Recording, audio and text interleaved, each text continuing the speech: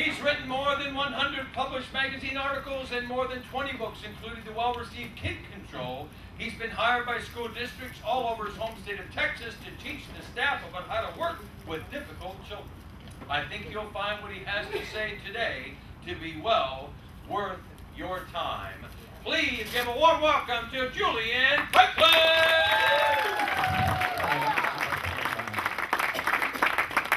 Thank you.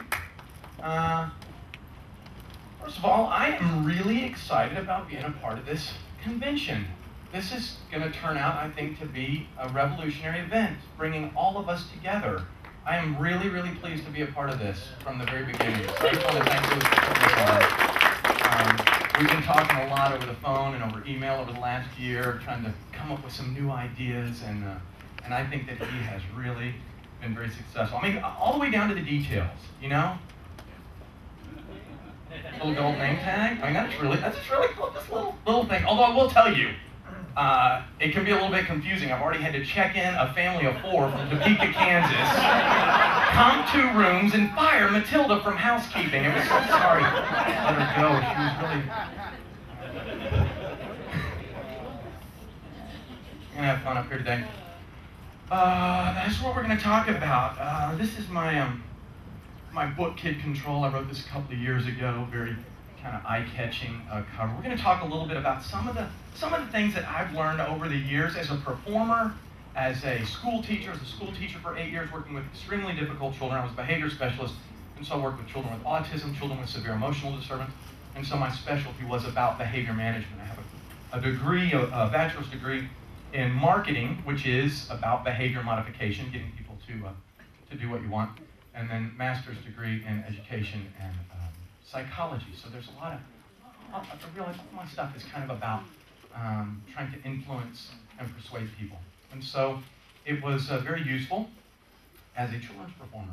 And people realized that that was an advantage that I had.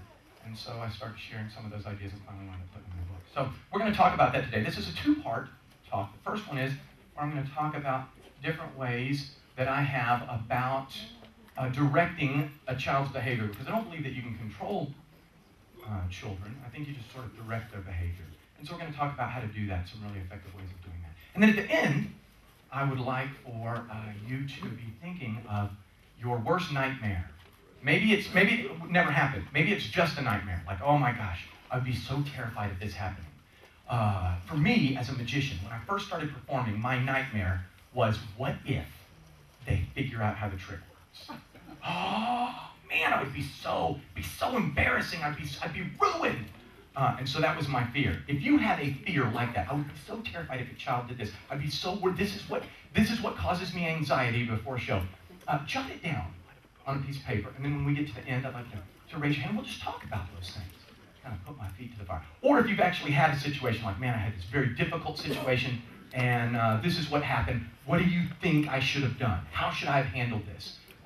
What's another way that this might have come out a little bit better? And so we'll do that. All right. So we're going to start off with the idea of establishing expectations.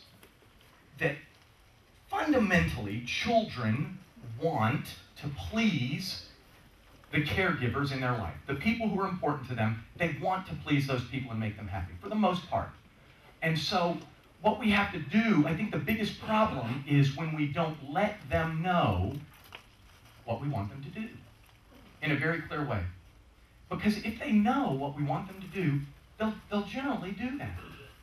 And so what I want to do first of all is to eliminate 98% of your problem by just helping you to clearly establish what you want from your audience. So one of the things that you need to do is to decide, what do I want from my audience? What would a perfect audience be like? Because I'll tell you what a perfect audience is not. I was in a school, doing a school show, and the principal came out to do my introduction, and came out and said, now listen, we have this presenter up here, and he has come from a very long way, and we paid a lot of money to have him up here. He's going to be up here, and I better not hear a peep, not one sound, nothing. Show him respect. Please give a warm welcome. Oh, wow, what a grand introduction that is. And then, of course, they did. They're not going to upset the principal. He was very clear about his expectations. And so I was dead. I was dead because there was no laughter. There was no clapping. There was a lot of my stuff is based on audience interaction where the puppet will do something that I don't see the puppet doing, and the kids laugh, and then I look, and by the time I look, he's not doing it anymore, and I go back, and then they laugh again, and I look back, and so all of this funny, well, they're not doing any of that. I mean, they see the puppet, and they look at me, and they...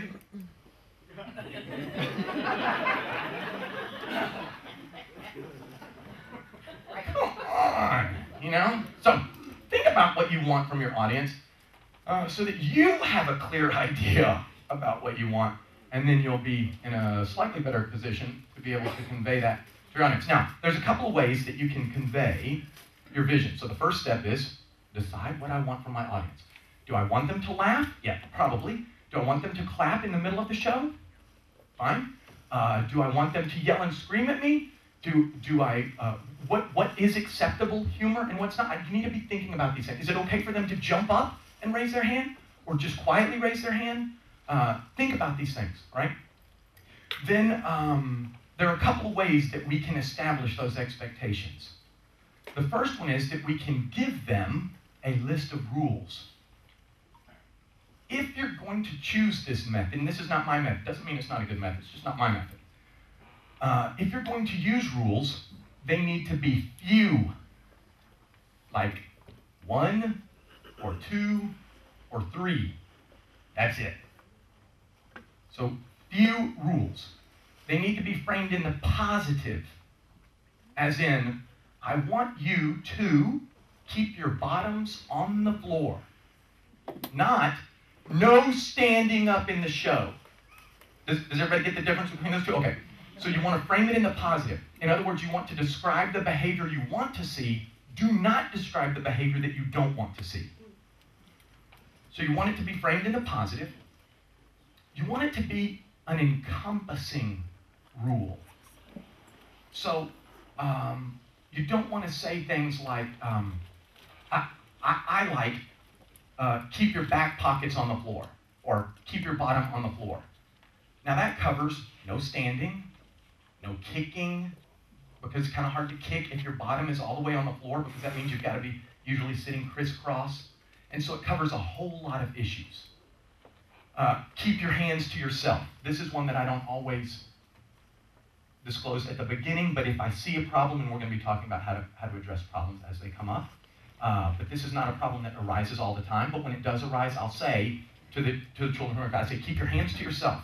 I don't say, don't punch the kid next to you, because then he goes, okay, I'll just spit on him. Kick him then.